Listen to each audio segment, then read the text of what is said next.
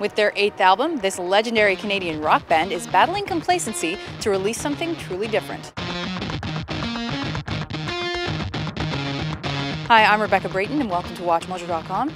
And today we're speaking with Our Lady Peace about Curve. I'm looking for a sign that I can see. The good, the bad, and somewhere in between. So let's talk about Curve. We'll get right into it. Yes. In terms of the lyrical themes, what's your interpretation of what's being covered on the album? Well, I think in general, musically, it's just a very expressive record. It's a very performance kind of based record. I think it's very thematic, I think, more than other records. So I guess that could definitely tie in lyrically as well, for sure. The kids are building fires by their homes.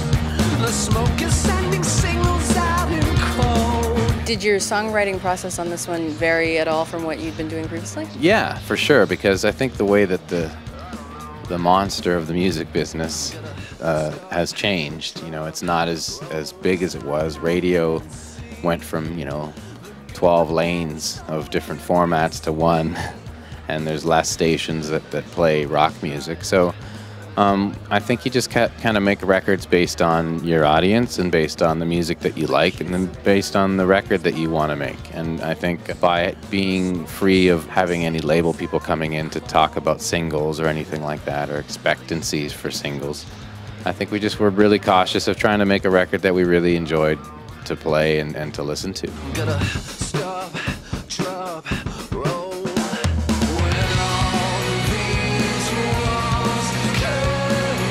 Do you think that you guys got to a point where you were making safe records? I don't think we were making safe records, but I can understand some constraints of the way the music business is when you're on a major label, that you're the best vehicle for success in a band is being on the radio. You kind of have to bend a little bit, and now that's changed. You think about, the 90s and the early 2000s, like music was kind of weird. It was odd. Like it was a lot of heavy rock music and bands like Limp Bizkit and stuff like that. I mean, that was what everybody was listening to. So when you're in it, you don't realize what it is, but when you look back, it's like, yeah, you kind of had to somehow fit into that at some level.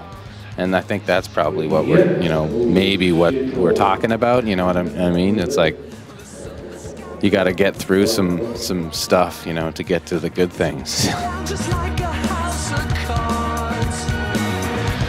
These fire escapes and this lush landscape. Now, I read that it's been said that this is the album you guys have been trying to make for 10 years. I think that's Rain talking. What he's looking at it as just the fact that we were kind of not trusting our instincts, and we were just trying to maybe bend too much as opposed to just going with the flow, and that's what we did.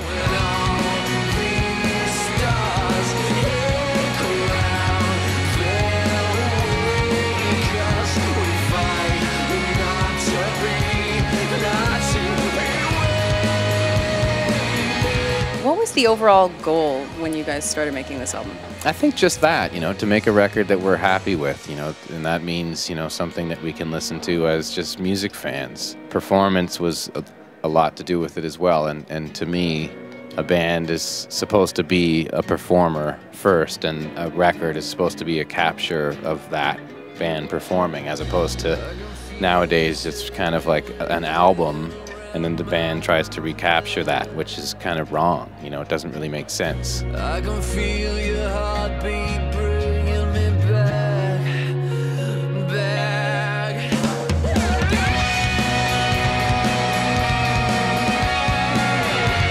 I think somewhere along the ways in the 60s with the Beatles and the 70s with the multi-tracking, that it kind of got impossible to play a record, and it just became a whole other art form. That's definitely valid, but if you're talking about a band playing live, it has to work. It has to sound good as a 4-piece or 5-piece or whatever. Thank you very much. All right, thank you.